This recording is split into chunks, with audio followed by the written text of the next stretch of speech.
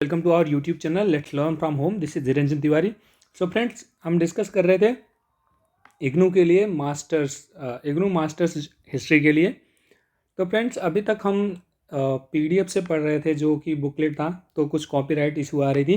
तो मैंने कोशिश किया कि जो मेरे अपने पर्सनल नोट्स हैं उनसे मैं आपको पढ़ाना शुरू करूं। तो प्लीज़, आपको पसंद आया तो प्लीज़ कमेंट कीजिएगा, लाइक कीजिएगा, और जो भी आप चाहते हो कि हाँ, मैं अगर समझ में नहीं आ रहा है कुछ वर्ड, चूँकि ये मेरे नोट्स हैं तो मैंने नोट्स के पर्पज़ से बनाया था, पर हम इसको ही डिस्कस करेंगे। तो हम अभी डिस्कस करेंगे MHI-01। तो फर्स्ट चैप्टर शुरू करते हैं। चूँकि MHI-03 के बहुत सारे चैप्टर हो चुके हैं तो प्लीज़ आप उनको देख लीजिएगा अगर आपने अभी तक नहीं देखा है तो।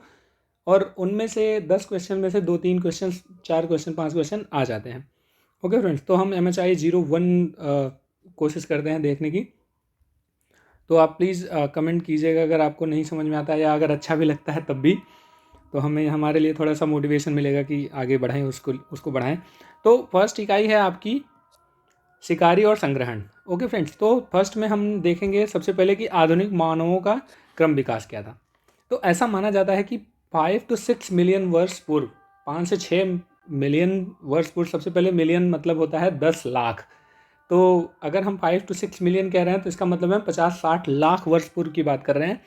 उस समय क्या हुआ था कि होमिनिडे और पोगिंडे, ये दो जो प्रजातियां थी, वो चूँकि हमें पता है कि हमारे जो आदिम मतलब पूर्वज थे वो बंदर थे या वनमानुष थे।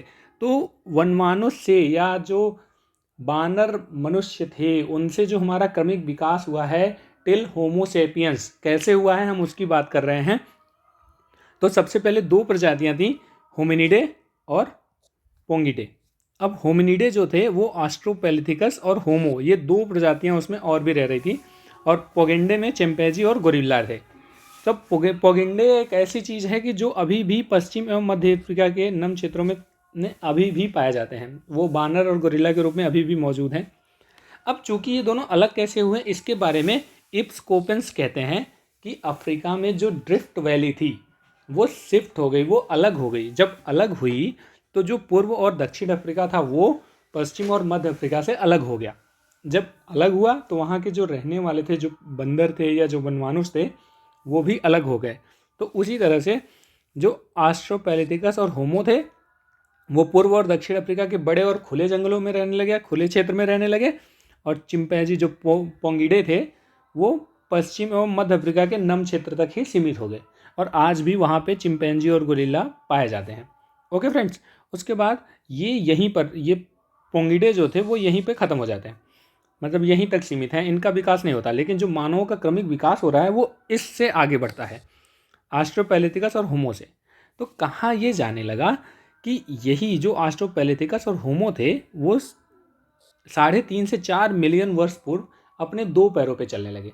अब दो पैरों पे कैसे चलने लगे, क्या चलने लगे, आप डार्विन का सिद्धांत पढ़े होंगे जिन लोगों ने, उन्हें पता होगा कि ऐसा क्यों हुआ। अब क्या हुआ, अगर ये दोनों पैरों पे चलने लगे तो उससे ये फायदा होने लगा कि अब उनकी शारीरिक बनावट में बदलाव आने लगा। चूँकि वो पंजों पे चलने लगे, अपने पैरों पे चलने लगे, तो पैरों पे भार पड़ने लगा, जिससे कि वो मजबूत होने लगे, और हाथ थोड़े से कमज़ोर हुए, मतलब पतले हुए, और उससे वो और कुछ काम कर सकते थे। क्योंकि हाथ फ्री हो गया तो हाथ से उन्होंने और भी काम करना शुरू कर दिया, जैसे कि औजार बनाना या और भी दूसरे काम के लिए वो इस्तेमाल करने लगे। ओके फ्रेंड्स, उसके बाद हम आगे बढ़ते हैं। अब हम देखते हैं कि 3.5 से 1.5 मिलियन वर्ष पूर्व, 3.5 मिलियन से लेके 1.5 मिलियन वर्ष पूर्व में क्या हुआ कि ये जो ऑस्ट्रोपैलिथिकस और होमो थे ये दोनों अलग हुए। अब दोनों अलग हुए किसके किसके बीच में, एक होमो हेबिलिस और ऑस्ट्रोपैलिथिकस, इन दोनों में अलग हो गए। अब होमो हेबिलिस और ऑस्ट्रोपैलिथिकस में अलग हुए तो ऑस्ट्रेलोपैथिकस में बहुत ज़्यादा बदलाव देखने को नहीं मिला, लेकिन जो होमो सेपियंस में बदलाव आया वो होमो हेबिलिस की वजह से आया। अब होमो हेबिलिस जो थी वो विकसित होती हुई शाखा थी जिन्होंने सबसे पहले औजार बनाया था। ओके फ्रेंड्स, और ये मुख्य रूप से अफ्रीका में निवास करते थे। अब अफ्रीका के निवासी होने का इसका सेंस ये बनता है कि इनके जो कंकाल मिले हैं वो मुख्यतः अफ्रीका में ही मिले हैं। ओके फ्रेंड्स, उसके बाद हम देखते हैं कि इसके बाद जो अगला चरण है उसको हम कहते हैं होमो इरेक्टस। होमो इरेक्टस के नाम से इसका अगला चरण जाना जाता है, जो होमो हेबिलिस का ही एक विकसित रूप है। अब यहाँ पे क्या था कि जो 50 से 3 लाख वर्ष पूर्व, अब क्या हुआ कि जो होमो इरेक्टस थे ये 50 से लगभग 3 लाख पूर्व, यहाँ पे मिलियन नहीं लिखा है तो इसलिए कंफ्यूज मत होइएगा आप, 50 से 3 लाख वर्ष पूर्व के बीच में ये होमो इरेक्टस होमो सेपियंस में बदलना शुरू हुए। चूँकि ये विकास इतना आसान नहीं था, बहुत जटिल प्रक्रिया थी, पर धीरे धीरे हुई। अब क्या हुआ कि इनके जो कंकाल थे वो यूरोप, पश्चिम एशिया, दक्षिण एशिया, चीन, इंडोनेशिया, मतलब लगभग बहुत जगह पर पाए गए थे।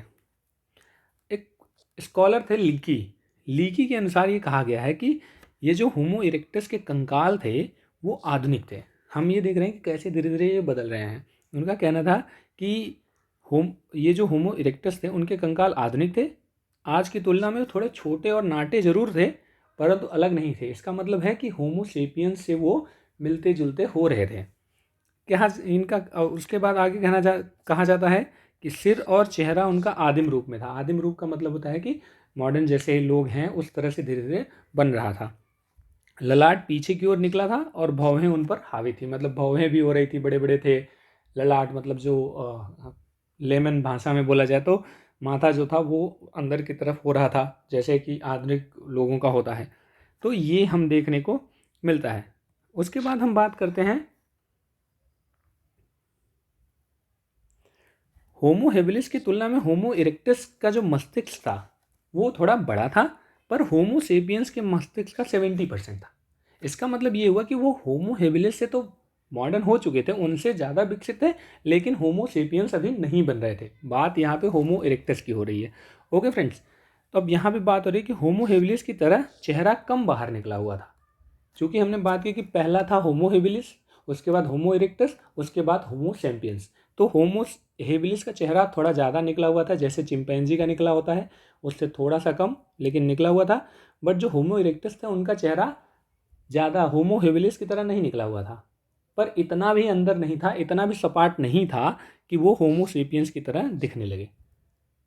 चूँकि हमने बात की कि ये बीच की कड़ी थी, तो वो होमो सेपियंस की तरह नहीं दिखते थे, एकदम सपाट और सपाट और चपटा नहीं था, पर होमो हेबिलिस की तरह बहुत निकला हुआ भी नहीं था, वो मीडियम साइज में कह सकते हो आप।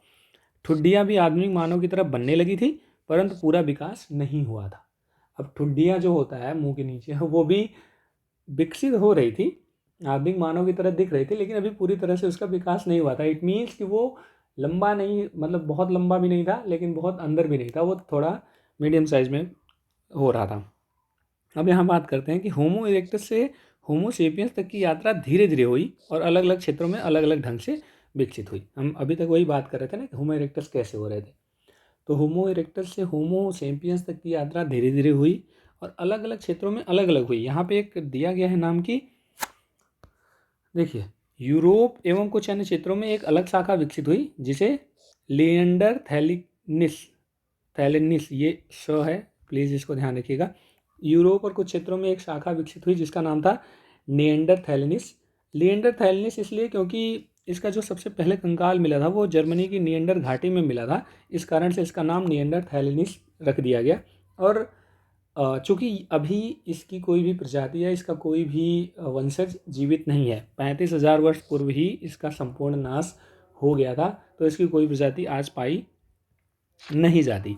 अब देखिए यहाँ पे हम बात करेंगे थोड़ा सा कि होमो इरेक्टस से होमो सेपियंस के क्रम विकास की प्रक्रिया के बारे में। लीकी कहते हैं कि यदि हम होमो लाइन के क्रम विकास को देखें और इसे पर्यावरणात्मक परिवेश की अपेक्षा शारीरिक क्षमताओं के कार्य के रूप में देखें तो यह कल्पना करना संभव है कि होमो इरेक्टस आबादी पूरे विश्व में विकास और प्रौद्योगिकी के दोहन पर अधिक से अधिक आश्रित होते चले गए। तो हम ये कह सकते हैं कि होमो इरेक्टस जो थे वो अपने विकास पे प्रौद्योगिकी पे, मतलब नई नई चीज़ें सीखना, जैसे आग का विकास, पहिए का विकास, औजार हथियार बनाना, तो इस तरह से उस पर प्रौद्योगिकी पे धीरे धीरे ये डिपेंड होते चले गए, जिसकी वजह से इनकी बनावट, इनकी संरचना भी बदलती चली गई। और जिसकी वजह से देखो यहाँ पे हुआ कि जिससे फलस्वरूप ये प्रजातियाँ होमो सेपियंस की ओर अग्रसित हुई। दुनिया के हर हिस्से में जहाँ होमो इरेक्टस का अस्तित्व था वहाँ स्वाभाविक रूप से होमो सेपियंस के आरंभिक रूप का जन्म हुआ। ऑब्वियसली बात है कि इरेक्टस ही सेपियंस बने, तो जहाँ पे सेपियंस पाए जाते थे वहाँ पर होमो इरेक्टस के जो कह सकते हो कि आरंभिक था वो वहाँ पे मिलेगा। तो संस्कृत की मांग के फलस्वरूप चयन प्रक्रिया जारी रही और होमो सेपियंस की आरंभिक आबादी से होमो सेपियंस यानी आधुनिक मानव का जन्म हुआ। तो वही बात है कि धीरे धीरे टेक्नोलॉजी बढ़ती गई, उन्होंने, अब टेक्नोलॉजी का मतलब प्लीज़ ये मत समझिएगा कि जो आधुनिक टेक्नोलॉजी है, क्योंकि हर काल में हर समय में अपनी टेक्नोलॉजी अलग होती है। तो उस समय जो नया आविष्कार हो रहा था वो नई टेक्नोलॉजी ही हो रही थी, तो उसका फिर चयन बढ़ता चला गया, धीरे धीरे बदलाव आना शुरू किया और वहीं से आज की जो आधुनिक मानव है उसका जन्म हुआ।